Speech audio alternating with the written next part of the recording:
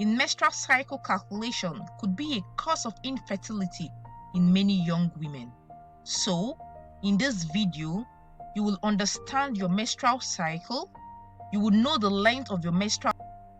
The menstrual cycle is a key component in a woman's reproductive health, and a clear understanding of the menstrual cycle is essential, as so much about your health as a woman is shown in your menstrual cycle. Your menstrual cycle is under the influence of certain hormones, and an imbalance in these hormones can lead to infertility. Hormones that influence the menstrual cycle include your luteinizing hormone, your follicle stimulating hormone, the prolactin, the estrogen, the progesterone, even your thyroid hormones. Now, if you've been having issues with conceiving and you've gone to the hospital, I know you must have been asked to do some tests which include the luteinizing hormone, the FSH, but have you been asked, or you must have maybe done all these tests and the results may appear normal, but then you're still having issues, trying to conceive? Have you checked your thyroid levels? Have you done a check on your thyroid hormones? If you've not done a check on your thyroid hormones, please, it would interest you to go and check your thyroid hormones, because your thyroid hormones can impact on your menstrual cycle and also impact in your fertility.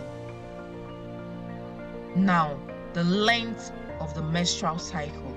A common mistake so many ladies make when asked their menstrual cycle length, they say it's 3 days, it's 4 days, it's 5 days. No.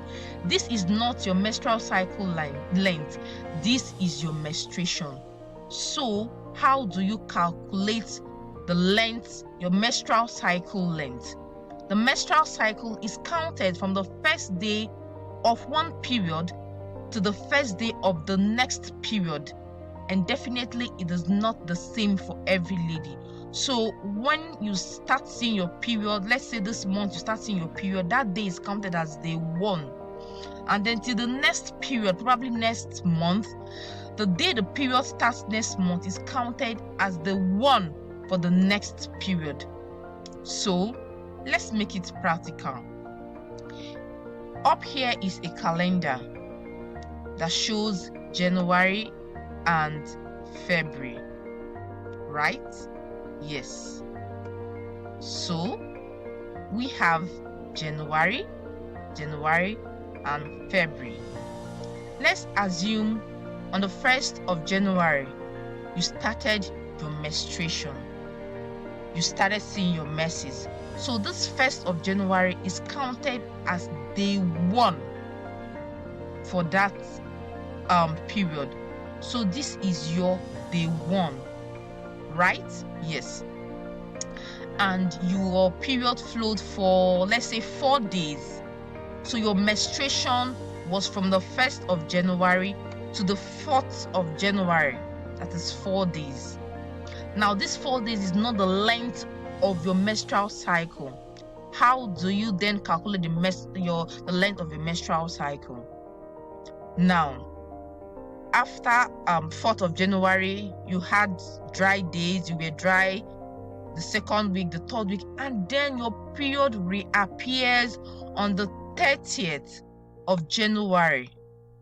Yes, 30th of January, your period reappeared.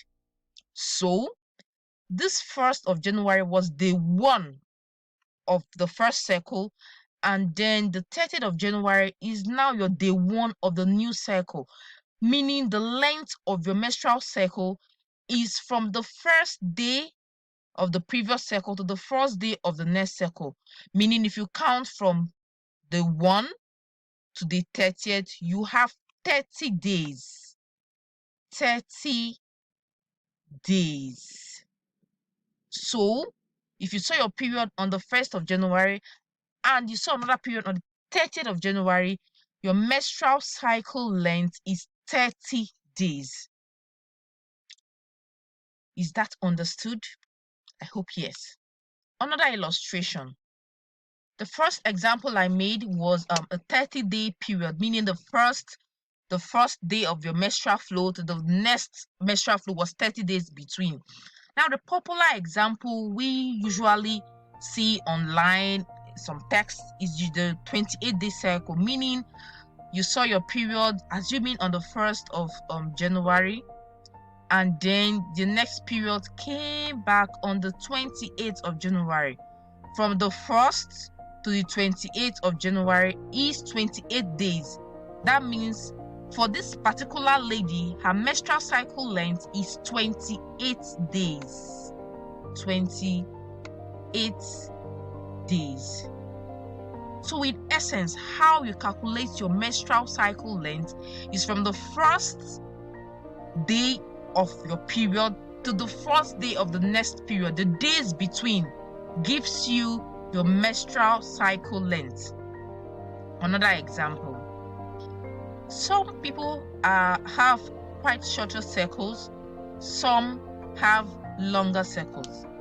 So let's go with those that have cycles shorter than 28 days, meaning your menstrual cycle length is, let's say, 25 days or 24 days, which means you see your period, assuming your first day of the period, the 1st of January, the period returns again on the 25th of January. This is a 25-day cycle. If you count the number of days from the first day here to the first day here, it gives you 25 days. That is to say, your menstrual cycle length is 25 days. This is very important because you get to calculate your ovulation based on the length of your menstrual cycle. Yet another example. Let's take a 30-day menstrual cycle length example. The first day of your period was the 1st of January, and then you saw your period again on the 30th of January. Counting from the 1st to 30th gives you 1, 2, 3, 4, 5 down to 30 days. Now, how do you now calculate your next period? So if this is day 1, you're going to count 30 days forward to get the beginning of the next period. So let's count. This 30th is day 1, 31st will be day 2, the 1st of February will be day 3, this is 4, 5, 6, 7, 8, day 9, day 10, day 11, day 12, day 13, the 14, the 15, the 16, the 17, the 18, 19, 20, 21, 22, 23, 24, 25, 26, 27, 28, 29, 30. So you're going to be expecting your period on the 28th of February. Yes, 28th of February. So this is how you get the length of your menstrual cycle. From the first day of one period to the first day of the next period, the days between gives you the length of your menstrual cycle. I hope this is clear.